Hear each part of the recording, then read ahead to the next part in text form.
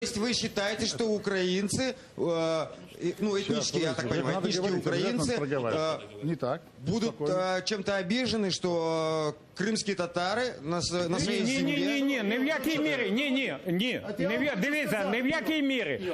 Але ви чудово розумієте, що зараз питання, яке буде винесене президентом, не доведи Господь, і поясню, чому не доведи Господь. Тому що в парламенті зараз немає 300 голосів, навіть 226 не знайдеться. Так от, якщо воно буде винесено пропагандою Путлера, буде використано для того, щоб показати, дивіться, хохли в Криму, вони все роблять для кримських татар, а для українців ні.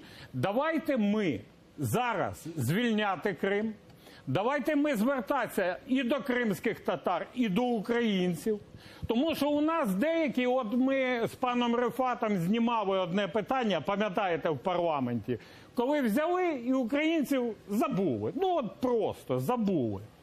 Розумієте, а це провокує, тому що українці